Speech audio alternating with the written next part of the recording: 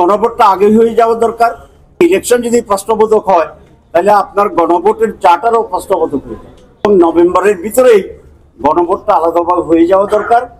গণভোট হওয়ার ক্ষেত্রে দীর্ঘদিন অনৈক্য ছিল, কিন্তু এখন আমরা সবাই একমত হয়েছি যে গণভোটের মাধ্যমেই যে জুলাই চার্টার যেটা হয়েছে সেটাকে অ্যাকসেপ্টেড করা হবে এবং গণভোটটি কখন হবে এই নিয়ে কিছুটা দ্বিমত আছে। আমরা বলেছি না, গণভোট একটি আলাদা বিষয়, জাতীয় নির্বাচন একটি আলাদা বিষয় এবং দুটি অত্যন্ত গুরুত্বপূর্ণ বিষয়। গণভোটটা হবে আমাদের যে সমস্ত রিফর্মস হচ্ছে, সংস্কার হচ্ছে, জুলাই সনদ হিসাবে যেটা একটা প্যাকেজ হিসাবে আমরা হ্যান্ডেল করছি, সেটাকে নিয়ে গণভোট হবে। সুতরাং গণভোটটা আগে হয়ে যাওয়া দরকার। জনগণ যদি অ্যাকসেপ্ট করে সেই গণভোটের ভিত্তিতেই পরবর্তী প্রক্রিয়াগুলো হবে, ইলেকশন হবে। আর জনগণ যদি রিজেক্ট করে দেয় তো তাহলে তো সেটা এখানে শেষ হয়ে যাবে। দুটাকে একাকার করলে একটার ভাগ্যের সাথে আরেকটার ভাগ্য মিলিয়ে যাবে। সুতরাং ইলেকশন যদি প্রশ্নবোধক হয় তাহলে আপনার গণভোটের চার্টারও প্রশ্নবোধক হয়ে যাবে। অথচ অ্যামেন্ডমেন্টের ব্যাপারে, জুলাই চার্টারের ব্যাপারে আমরা সকলে একমত হয়েছি। জামাত ইসলামীর পক্ষ থেকে আরো ইসলামী দল, আরো কিছু কিছু দল আমরা বলেছি স্পষ্টভাবে যে গণভোটের সকলে ঐক্যমত্য হয়েছে এবং নভেম্বরের ভিতরেই গণভোটটা আলাদাভাবে হয়ে যাওয়া দরকার। এটা সহজতর ভোট, একজন বলেছেন যে সবচেয়ে সংক্ষিপ্ত ভোট, সবচেয়ে সহজতর ভোট, সবচেয়ে অল্প সময়ের ভোট, সবচেয়ে কম জটিল ভোট। আপনি শুধু হ্যাঁ না একটা ব্যালটে এটা বলে ফেলবেন।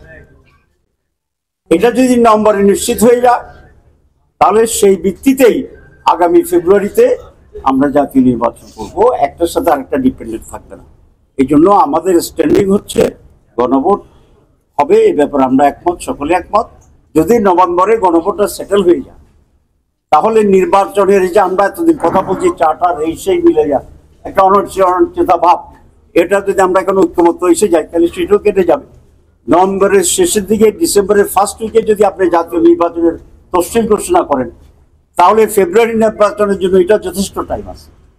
সুতরাং যারা এই কথা বলছেন সময় কম, ঝামেলা, এগুলো হচ্ছে নানাভাবেই হয় আমাদের ক্লিয়ার ভিশনের একটা সমস্যা হতে পারে, অথবা একটা অনাকাঙ্ক্ষিত বা অপ্রয়োজনীয় এক ধরনের অ্যাপ্রিহেনশন হতে পারে বলে আমরা মনে করি।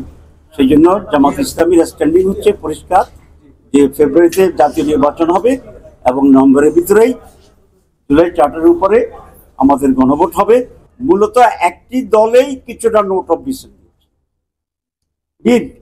তো বিএনপি মানুষকে বলছে তারা সংস্কার মানে, তো কিন্তু আবার অফিসিয়ালি নোট অফ ডিসেন্ট দিচ্ছেন, তাহলে তো যে কোনো একটা ওনাদের বলতে হবে যে আমরা মানি অথবা মানি না। তো মানলে নোট অফ ডিসেন্ট আমরা আশা করি তারা উল্টো করবে। আর যদি নোট অফ ডিসেন্ট দেন তাহলে তো প্রশ্ন এটাই আসে, তাহলে ওই সংস্কার ওনারা মানছেন না।